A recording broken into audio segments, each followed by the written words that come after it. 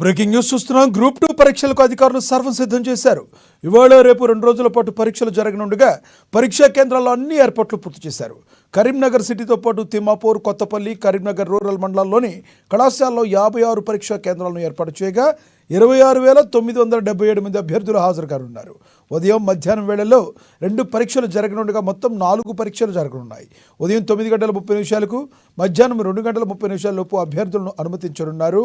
Second ఆలస్యమైన పరీక్షా కేంద్రానికి అనుమతించమని అధికారులు ఇప్పటికే స్పష్టం చేశారు.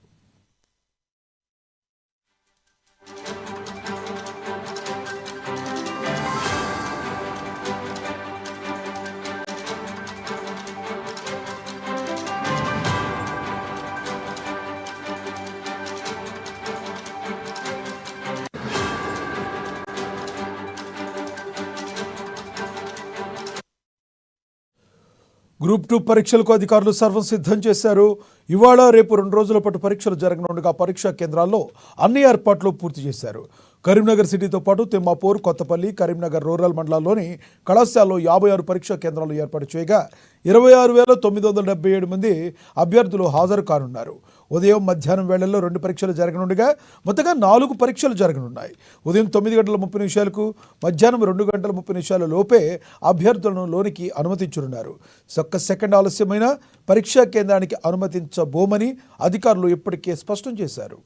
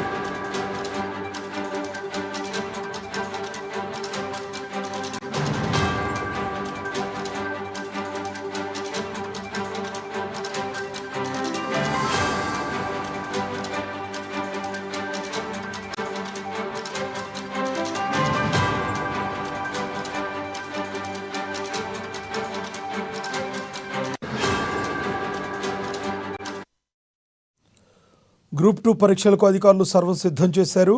ఇవాళ రేపు 2 రోజుల పాటు పరీక్షలు జరగనుండగా పరీక్షా కేంద్రాల్లో అన్ని ఏర్పాట్లు పూర్తి చేశారు.